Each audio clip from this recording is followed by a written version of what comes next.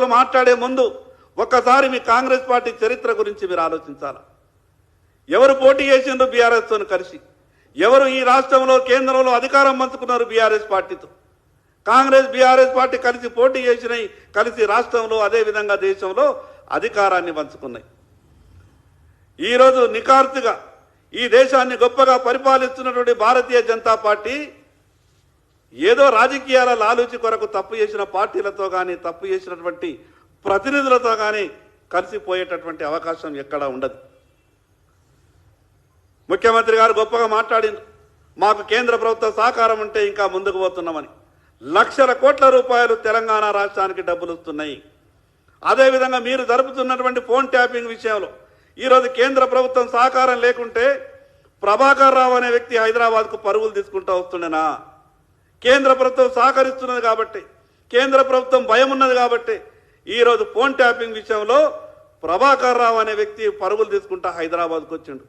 అందుకే కాంగ్రెస్ పార్టీకి చెప్పదలుచుకున్నాం, భారతీయ జనతా పార్టీ మీద మా రాష్ట్ర పార్టీ అధ్యక్షులు కేంద్ర మంత్రి కిషన్ రెడ్డి గారి మీద మాట్లాడేటప్పుడు ఒకటికి 2 సార్లు ఆలోచించి మాట్లాడితే బాగుంటుంది.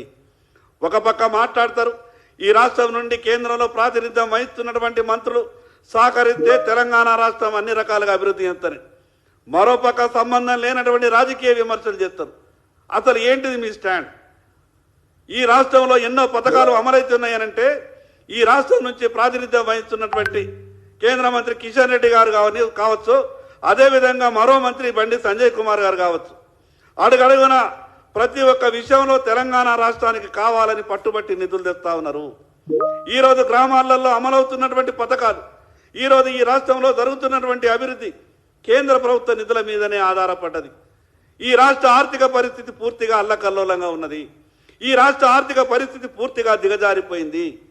నిజంగా మీకు కేంద్ర ప్రభుత్వం సహకరించకుంటే, కేంద్ర ప్రభుత్వం నుంచి వేల కోట్ల లక్షల కోట్ల రూపాయలు రాకుంటే ఈ తెలంగాణ రాష్ట్రంలో జరుగుతున్నటువంటి అభివృద్ధి పనులు కావచ్చు, పథకాలు కావచ్చు, ఎక్కడి నుంచి వస్తున్నాయో మీరు సమాధానం చెప్పాలా. భారతీయ జనతా పార్టీ ఒక గొప్ప ఆలోచనతో ముందుకు పోతుంది.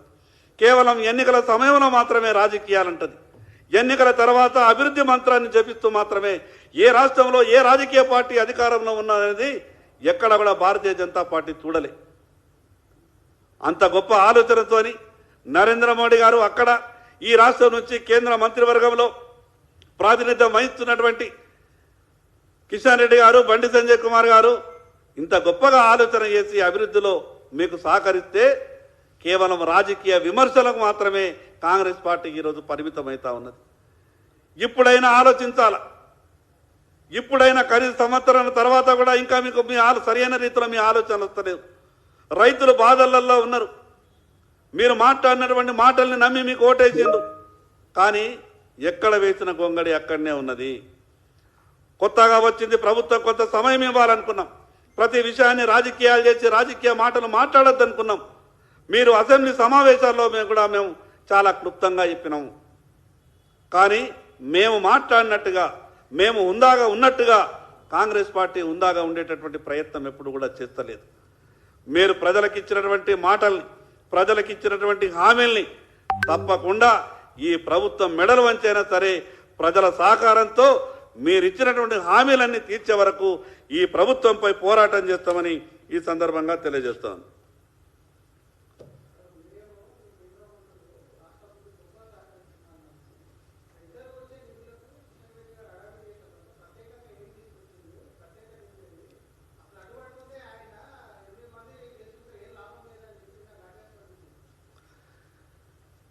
ఎనిమిది మంది ఎంపీలు గెలిచిన తర్వాత ఈ రాష్ట్రంలో 3 ఎమ్మెల్సీ ఎన్నికలు వచ్చినాయి. తెలంగాణ రాష్ట్రానికి కేంద్ర ప్రభుత్వం ఎంత గొప్పగా సహకరిస్తున్నదో, మేధావులు అయినటువంటి వాళ్ళు ఓట్లేసి గెలిపించినటువంటి 2 ఎమ్మెల్సీల ఎన్నికల విజయాలే దానికి ఉదాహరణ.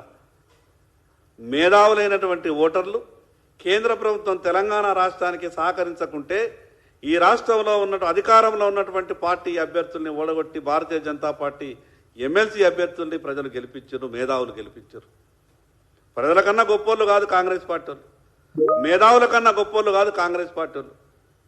ఏమాత్రం అభివృద్ధికి సహకరించకుంటే, కేంద్రం లక్షల కోట్ల రూపాయలు ఇవ్వకుంటే ఆ ఎమ్మెల్సీల ఎన్నికల్లో భారతీయ జనతా పార్టీ అభ్యర్థులు భారీ మెజార్టీతో ఎట్లా గెలిచినరో కాంగ్రెస్ పార్టీ ఒకసారి బేరీ చేసుకోవాలి. అందుకే మేము మొదటి నుంచి కూడా చెప్తున్నాం, రాజకీయ విమర్శలు మాత్రం చేసి మేము చేతులు దులుపుకుంటామంటే ప్రజలు మేధావులు, అవకాశం ఇచ్చిండ్రు. కానీ మీరు ఏం చేస్తున్నారో ప్రతి విషయాన్ని ప్రతి అంశాన్ని ప్రజలు గమనిస్తున్నారు. కాబట్టి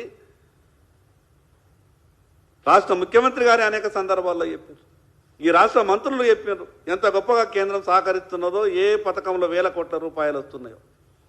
ఎవరైనా కాంగ్రెస్ పార్టీ ఈ రాష్ట్రంలో ఉన్నటువంటి ఏ మంత్రులు వచ్చినా లెక్కలతో సహా చెప్తాం. ఏ జిల్లాలో కేంద్ర ప్రభుత్వానికి సంబంధించినటువంటి పథకాల ద్వారా ఏ జిల్లాలో ఎన్ని వందల వేల కోట్ల రూపాయల పనులు నడుస్తున్నాయో, ఈ హైదరాబాద్కు ఆనుకొని ఎన్ని వేల కోట్ల రూపాయల పన్ను జరుగుతున్నాయో, హైదరాబాద్లో ఎన్ని వేల కోట్ల రూపాయల పన్ను జరుగుతున్నాయో.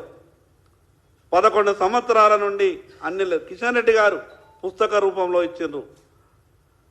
1,00,000 రూపాయల నుంచి మొదలు పెడితే 1,00,000 కోట్ల వరకు ఎక్కడెక్కడ దేనికి ఎంతెంత కేటాయించారో పుస్తక రూపంలో కూడా కిషన్ రెడ్డి గారు అనేక సందర్భాల్లో చెప్పారు. కాబట్టి కాంగ్రెస్ పార్టీ చేసిన తప్పుల్ని సరిదిద్దుకోవాలా తప్పితే ఏదో భారతీయ జనతా పార్టీ మీద మాట్లాడితే మేము రాజకీయ పబ్బం గడుపుకోవచ్చు అనుకుంటే అది మీరు పడుతున్నటువంటి భ్రమ. మినుకని ఏళ్ల మీద పెట్టేటటువంటి 2-3 రాష్ట్రాలలో మీరు ఉన్నారు.